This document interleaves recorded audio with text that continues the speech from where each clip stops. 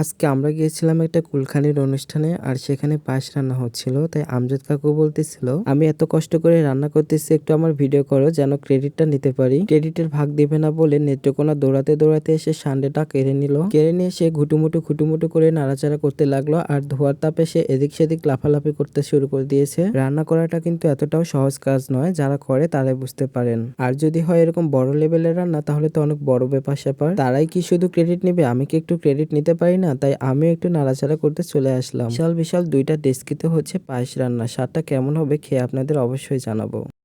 আমার মামা আসছে, মামা আসে পরিদর্শন করতে। এই যে, মামা পরিদর্শন কেমন হচ্ছে? আপনি মারা গেলে ওইরকম কি হবি না হবে না? না আপনি ওসিয়ত করে দিয়ে যান যে আপনি মারা গেলে এর সব বড় করে অনুষ্ঠান গরু মারা জমি প্রয়োজনে 1.5 বিঘা বেচে দেবো আমার মামার। কারেন্ট আসবে এখনই। আমি দুধগুলো নাড়াচাড়া করতেছিলাম, আর সেগুলো টকবগে উপরের দিকে উঠে আসতেছিল। তাই পাশে কুলো দিয়ে বাতাস করতেছিল যেন টকবগে উপচে না পড়ে। আগেকার মুরব্বীদের মাথায় কত বুদ্ধি, তাই না? কত টেকনিক খাটিয়ে তারা কাজ করতো। হ্যাঁ আমার মামা আছে পরিদর্শনে। মামা বলছে কিন্তু মারা গেলে পরে আর সব ভালো অনুষ্ঠান হবে, গরু দিয়ে খাওয়াবি মামা। প্রয়োজনে তার ছেলের কাছে ওসিয়ত করে যাবি যে 1 বিঘা জমি বেঁচে যাতে খাওয়ায় না মামা। মামা গরু মারে, গরু না মোষ মামা? মোষ না গরু? বাউই।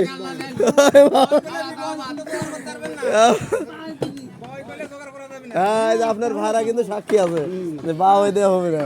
এ পাশে রান্না হচ্ছে বিখ্যাত আলু ঘাটি। মাছ দিয়ে আলু কাটা হচ্ছে। এখন কিন্তু বাজারে নতুন আলু উঠেছে, আর আলু খেতে কিন্তু খুবই স্বাদ লাগে। আমাদের অঞ্চলে কেউ মারা গেলে তার মৃত্যুর 7 দিন পর বা কিছুদিন পর এরকম আয়োজন করা হয় খাবারের জন্য। এখানে গ্রামের সকল মানুষকে এবং আত্মীয় স্বজনকে দাওয়াত করা হয়, আর তার সাথে দোয়া মাগফিরাতের আয়োজন করা হয় মৃত ব্যক্তির জন্য। আমার এক্সামের কারণে অনেকদিন ভিডিও আপলোড দিতে পারি না, জন্য আমার ফলোয়ার অনেক কমে গেছে। প্লিজ সবাই ফলো করে দিন।